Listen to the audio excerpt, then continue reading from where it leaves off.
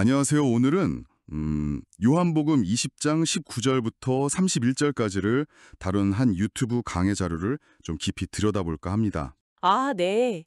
예수님의 부활 후에 제자들과 만나시는 장면이죠. 특히 도마 이야기가 아주 인상적인. 맞아요. 이 강해는 부활이 왜 기독교 신앙의 거의 전부라고 할 수 있는지, 그리고 예수는 하나님의 아들 그리스도라는 믿음이 구체적으로 뭘 의미하는지를 굉장히 강하게 얘기하더라고요. 네, 그렇죠. 단순히 성경 구절 해설이 아니라 부활이라는 사건 자체가 예수님이 누구신지, 그러니까 여호와 하나님이 사람이 되신 분이고 또 동시에 다윗의 자손, 메시아라는 걸 증명하는 유일하고 결정적인 증거라고 딱 못 받고 있어요. 유일하고 결정적이다. 네. 그리고 이걸 마음으로 믿는 게 왜 영생, 그러니까 부활 생명과 바로 연결되는지 그걸 설명하고 있죠. 한번 그 핵심 내용을 따라가 보시죠. 좋습니다. 먼저 그 장면부터 시작하죠. 제자들이 유대인들이 무서워서 문을 막 걸어 잠그고 있었는데 네, 숨어 있었죠. 두려움 속에서. 근데 거기에 예수님이 나타나셔서 천마리가 너희에게 평강이 있을지어다. 정말 그 상황에 딱 필요한 말씀 아니었을까요? 그렇죠. 그 공포 속에서는 평강만큼 절실한 건 없었을 거예요. 그리고 이 강해에서는 예수님이 굳이 손과 옆구리에 상처를 보여주신 점을 주목하거든요. 네, 저도 그게 인상 깊었어요. 왜 굳이 상처를? 이게 그냥 살아났다가 아니라 십자가에 못 박혔던 바로 그 예수가 육체로 부활했다는 걸 뭐랄까 확실히 증명하시는 거죠. 영이나 환상이 아니라는 거예요. 그냥 영적인 존재가 아니라 몸으로 부활하셨다. 네. 근데 또 신기한 건 잠긴 문을 통과하신단 말이죠. 그러니까 이게 시공간을 초월하는 신령한 몸이라는 것도 동시에 보여주는 거예요. 누가복음에서도 영은 살과 뼈가 없지만 나는 있다고 하시잖아요. 그러네요. 물리적이면서도 초월적인. 참, 이해하기 어려운 개념이긴 한데. 그렇죠. 아무튼 제자들은 이걸 보고 기뻐합니다. 믿음을 되찾는 거죠. 그런데 꼭 이런 결정적인 순간에 빠지는 사람이 있죠. 도마. 네, 하필 그 달이 없었어요. 그래서 다른 제자들이 우리가 주를 봤다 하니까 나는 내 눈으로 그 못장국 보고 손가락 넣어보고 옆구리에 손 넣어보지 않으면 절대 못 믿어. 이렇게 나오잖아요. 어떻게 보면 참 인간적이죠. 그죠. 네, 아주 솔직하고 어쩌면 과학적인 태도일 수도 있고요. 근데 이 강해는 그 다음에 주목합니다. 8일 뒤에 예수님이 다시 오셔서 네, 문이 잠겨 있는데 또 나타나시죠. 그리고 도마에게 직접 말씀하세요. 내 손가락 이리 내밀어 내 손을 보고 내 손을 내밀어 내 옆구리에 넣어보라.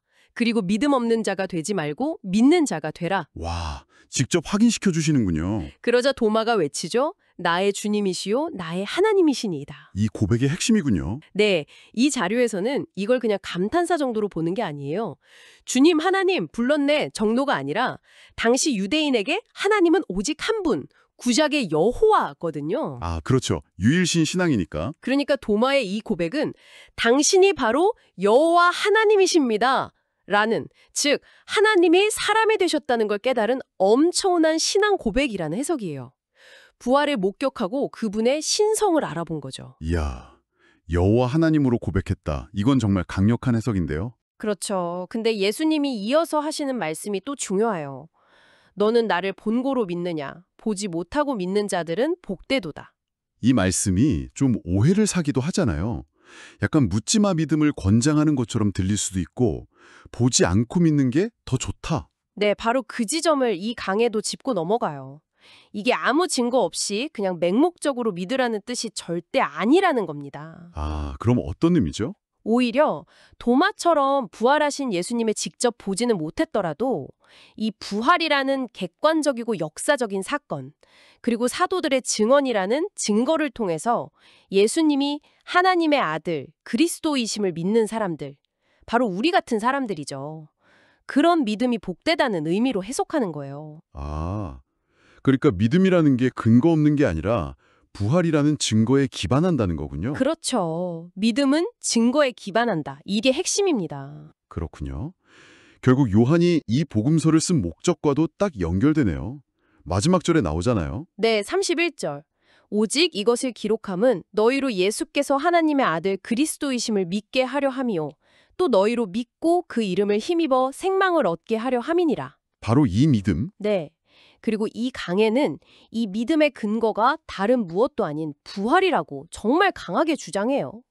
예를 들어 천지창조도 하나님의 증거가 될 수 있지만 그게 어떤 하나님인지는 특정하지 못한다는 거죠. 그냥 막연히 신이 있다 정도.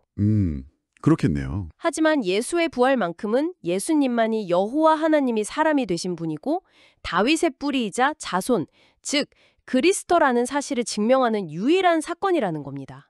다른 증거로는 이게 증명이 안 된다는 거죠. 와, 부활의 절대성을 엄청나게 강조하는군요. 그래서 결론적으로 만약 부활이 없다면 기독교 신앙 전체가 다 무너진다고 봐요. 성경, 복음, 교회, 구원 모든 게 의미 없어진다는 거죠. 부활이 기독교의 전부다. 거의 이렇게까지 이야기합니다. 네, 오늘 살펴본 강의의 핵심 메시지가 아주 분명하네요. 예수님의 부활은 그냥 놀라운 이야기가 아니라 예수님이 누구신지, 즉 여호와 하나님이 사람이 되신 분, 하나님의 아들이자 그리스도임을 증명하는 유일하고 결정적인 역사적 증거다. 그리고 이 부활을 믿는 믿음이 영생으로 이어진다 이거군요. 정확합니다. 그래서 이 자료가 우리에게 던지는 질문은 사실 이거예요. 만약에 이 강해의 주장처럼 예수의 부활이 그냥 지어낸 이야기가 아니라 정말 역사적 사실이라면 당신은 그 의미를 어떻게 받아들이시겠습니까? 무거운 질문인데요. 그렇죠. 부활이 정말 예수님의 신성과 주권을 증명하는 사본이라면 그게 우리의 삶, 우리의 세계관에 어떤 영향을 미치게 될까요? 이걸 한번 진지하게 생각해보는 시간이 되면 좋겠습니다.